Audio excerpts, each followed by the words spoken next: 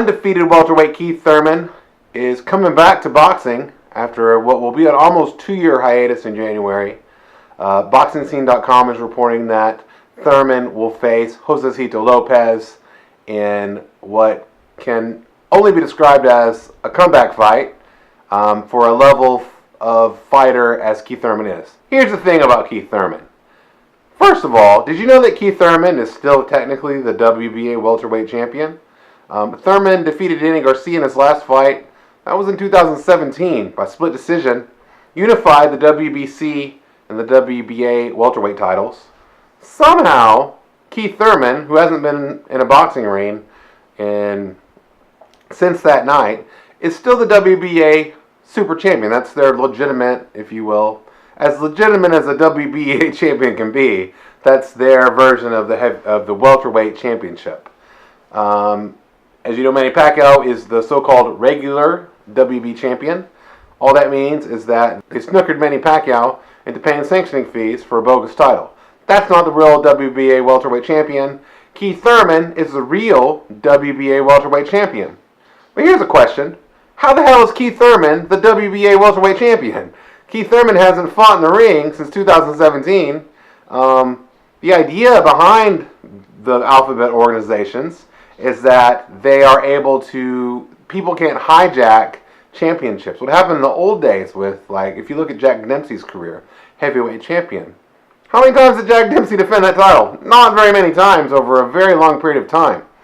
So the idea of the alphabets is that they could strip fighters of when they're inactive and let the lineage go on without them. Completely ridiculous that Keith Thurman is the welterweight champion. Keith Thurman, he shouldn't even be ranked amongst the top 10 welterweights because Keith Thurman hasn't been active. We haven't seen Keith Thurman in a boxing ring. Here's the thing about Keith Thurman, though. I'm sick of Keith Thurman, and Keith Thurman hasn't even been around. Frankly, I'm sick of all the PBC welterweights. When I think about Keith Thurman, when I think about Danny Garcia, when I think about Shawn Porter, and I love Shawn Porter as a human being, but when I think about Shawn Porter, when I think about Adrian Broner, when I think about all these fights, all these PBC welterweights who were PBC welterweights when the PBC was formed, and we all thought, wow, we're going to have all this great welterweight action, and we haven't gotten that. I don't understand it. So now we have a situation in the PBC where still, why hasn't Keith Thurman fought all the different PBC welterweights? Why hasn't any of the PBC welterweights really fought all the PBC welterweights? There should be a clear number one guy, or there should at least be, with all these guys that were at the same level, which all of them were young, undefeated contenders, championship level fighters at the time. Why don't we know who the best of those fighters is, or at least know that none of them are the best of those fighters, right? They could all fight each other and all beat each other, and we'd be like, oh, well, they're all basically the same level fighter. But they haven't done that. And so now we have a situation where we have Errol Spence, who was that kind of the next generation coming up. We have Errol Spence sitting out there, undefeated. He's got one of the belts. People think that Errol Spence is legitimately one of the top pound-for-pound athletes in the sport. Maybe he is. But we haven't seen Errol Spence in with any of these guys either, and that's ridiculous. I don't understand it, PBC. Why have all the fighters signed under an umbrella if you're not going to match them against each other? I, for one, am sick of seeing Keith Thurman fight the likes of Josesito Lopez. Danny Garcia he's coming back too. He's has another fight. Shawn Porter fighting, at least that's a Yordanis Ugas. That's an okay fight. Still, I would rather just throw all these B-sides out. Let's all get the so-called PBC A-sides together, and let's see these guys in the ring against each other.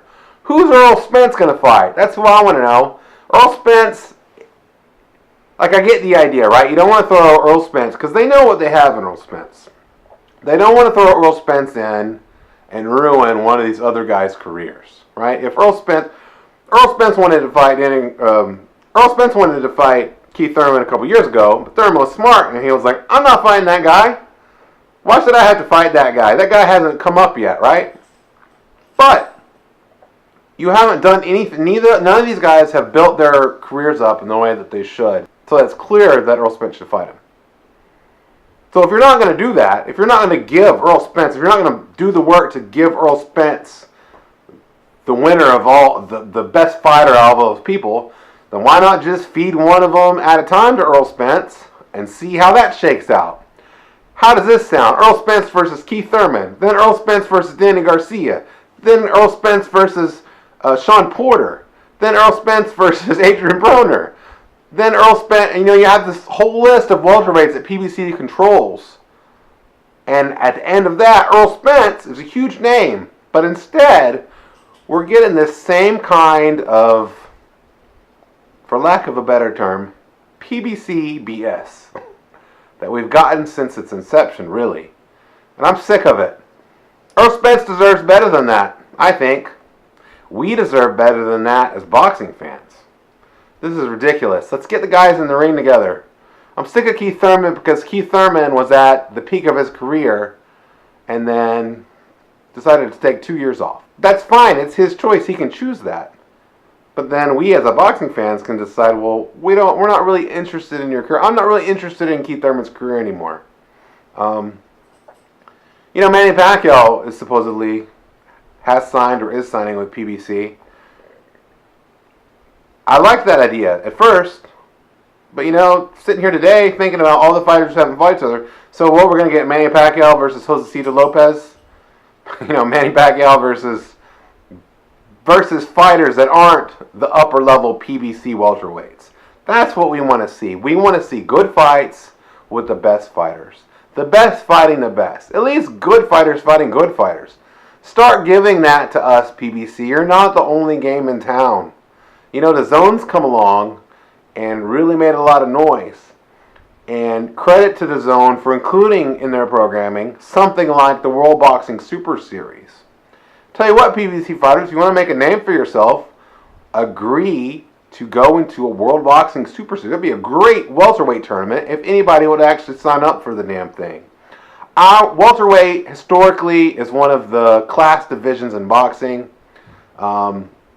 Heavyweight, light heavyweight, middleweight, welterweight, lightweight. These are the 5 most important, historically watched, and the biggest grandeur in all of boxing.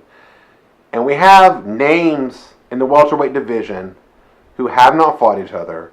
Particularly, we have PBC welterweights who are all signed with Al Heyman, who are all fighting on the same television networks, who somehow have still not fought each other, and that's a shame.